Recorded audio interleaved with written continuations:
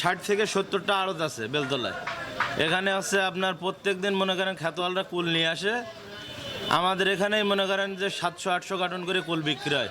বাংলাদেশের 64টা জেলা থেকে ব্যাপারী আসে এখানে। আমাদের এখান থেকে 64 জেলায় কুল ডেলিভারি হয়। বিভিন্ন জেলা থেকে আসে ব্যাপারীরা, এখানে আসে, এখান থেকে কুল নিয়ে তাদের বাজারে যেয়ে বিক্রি করে।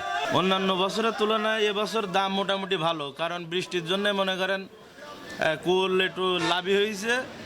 তারপরেও মনে করেন যে খেতোয়ালরা মোটামুটি সন্তুষ্টজনক দাম। আমি যাত্রাবাড়ি থেকে আসছি। আমরা প্রতি বছরই যাত্রাবাড়ি থেকে এই সিজনে আসি কুল নেওয়ার জন্য। এখানকার কুল দেখতে সুন্দর এবং খেতেও সুস্বাদু, তাই আমরা এই কুলটা এখান থেকে সরবরাহ করি এবং সারা বাংলাদেশের ব্যবসায়ীরা এখানে আসে। এই বছর আমি এখন পর্যন্ত 1 মাস হয়, 2 মাসের পর্যন্ত আমরা পর্যন্ত থাকি। আমরা কুল নিই, এই পর্যন্ত যেটুকুই নেওয়া হয়েছে কুল আলহামদুলিল্লাহ। আমাদের কুল বাজারটা আগে ছিল না, এখন বর্তমান হয়েছে।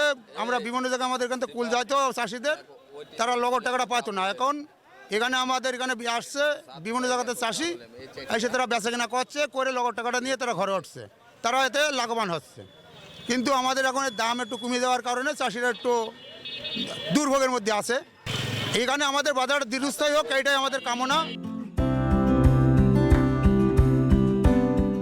এখানে গত বছরের ছাড়া এবার দাম অনেক কম এবং ফলনও কম। আবার অনেকের অনেক ভালোভাবে কুল হয়েছে, আবার অনেকের হয়নি। তাতে করে যা বাজার যাচ্ছে, কুল হলেই লাভবান হওয়া দিত, কিন্তু যাদের হয়নি তাদের বছরে লস যাচ্ছে না। এই কুল আনা হয়েছে থাই কুল, বল কুল, আর হচ্ছে কমলা টক, সাদা টক। চায়না টক ও দাম হয়েছে 40 টাকা, সাদা টক ওর দাম হচ্ছে 90 টাকা, 70 টাকা, ও বলকুল 40-35 টাকা, আর ওই কমলা টক 70 টাকা। প্রথম ছিল 120, 30, 150 পর্যন্ত ছিল। এখন দাম 50, 70, 40, 30, কোনো নিয়ম নেই। চাষিরা লাভবান হচ্ছে এবং বেশ খুশি। তবে একটা বিষয় আমাদের এখানে উঠে আসছে যে বিপণন ব্যবস্থাটার জায়গায় স্যানিটেশন ব্যবস্থাটা জোরদারকরণ। তো এই ক্ষেত্রে আমরা কৃষি বিপণন অধিদপ্তর যারা রয়েছেন তাদের সাথে আমরা ইতিমধ্যে কথা বলেছি, তারা আমাদেরকে আশ্বস্ত করেছেন। পাশাপাশি আমাদের উপজেলা পরিষদের এবং উপজেলা জনস্বাস্থ্য প্রকৌশল তাদের সাথে আমরা যোগাযোগ হয়েছে।